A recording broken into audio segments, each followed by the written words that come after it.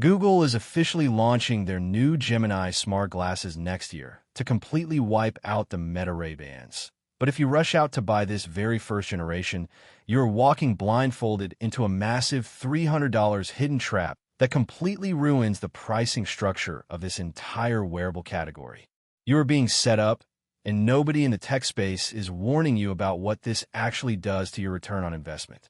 Meta has been out here flexing with their dual display prototypes and locking down the market with EssilorLuxottica, but Google and Samsung are quietly executing a massive, multi-year hardware rollout that is going to force you to make a very expensive buying decision.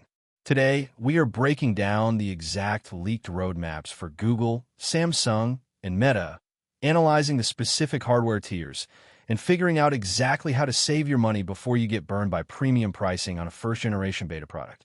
Before we even look at the displays, we have to talk about the absolute mess that is the Google and Samsung partnership, because this is where the hidden costs start stacking up. A lot of people assume that because Samsung and Google are working together, they're dropping the exact same pair of glasses. That is completely false. According to recent supply chain reports from Ming-Chi Kuo, Samsung is keeping their hardware totally isolated. We're talking about strict Samsung branding, running on the Android XR platform, and carrying a distinct Samsung tax. Google's own glasses are a completely separate hardware track. They have this cousin energy, sure, but they're not the same product, and they're definitely not going to have the same trade-in value.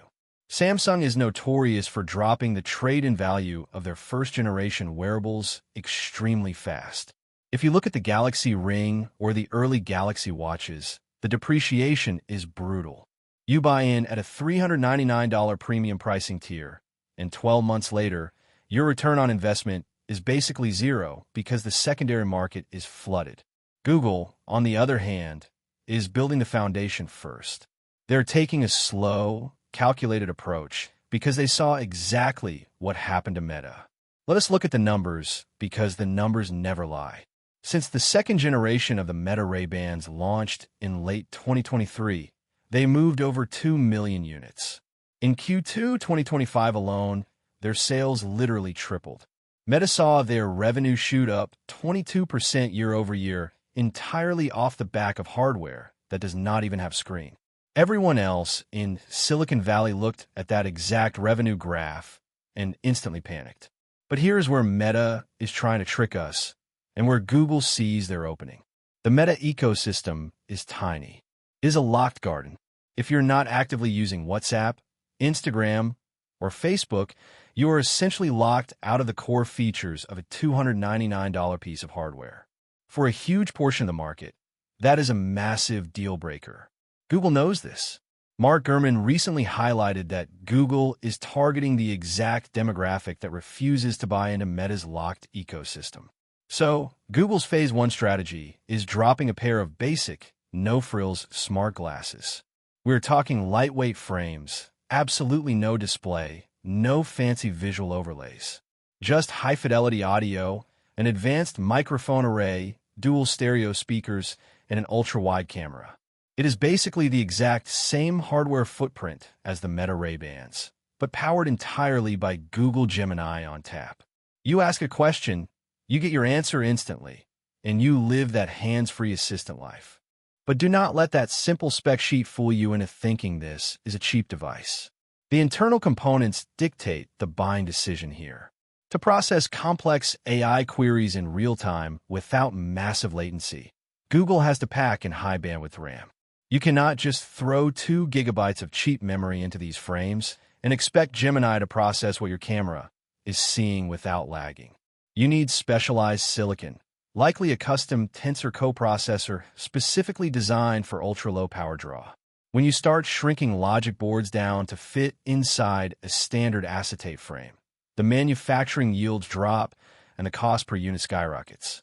This means Google is likely going to push the premium pricing envelope right up to the $349 or even $399 mark for this display-less version. If you spend $400 on a pair of glasses without a display, you have to seriously consider the long-term review of the battery life. The battery degradation on these microcells is incredibly aggressive. Yanko Rokers has reported extensively on the thermal limitations of smart glasses, and it is a known fact that constant camera usage and active listening AI will cook a tiny lithium-ion battery in less than 2 years. When that battery degrades to 70% capacity, your glasses are basically a paperweight. You cannot just swap the battery at a local repair shop. The hidden costs of ownership mean you are renting this hardware for 24 months before it becomes e-waste. That completely obliterates your trade-in value. So, should you buy the Phase 1 Google Glasses? If you want to save your money, absolutely not. Because right after they drop those basic frames, the second track of their roadmap kicks in. This is the one nobody is taking seriously enough. After the basic no-display glasses, Google is planning a second-generation pair with a built-in heads-up display dropping shortly after. They're not going full augmented reality just yet. Instead, they're implementing a single display inside a single lens. This is incredibly similar to what Meta is doing right now behind closed doors. But Google is aiming to heavily integrate their existing dominance in utility apps. Imagine walking down the street and having Google Maps literally projecting arrows onto the pavement in front of your right eye. Real-time live translations hovering next to the person speaking to you. Small, actionable notifications that do not require you to pull out your phone. This single-lens display model is the actual product Google wants you to buy, and the first-generation DisplayLess model is just them beta testing their AI models on impatient early adopters. But you have to look at the exact dollar amounts involved in putting a micro-LED display inside a transparent lens. The manufacturing defect rate on micro-LED is incredibly high right now.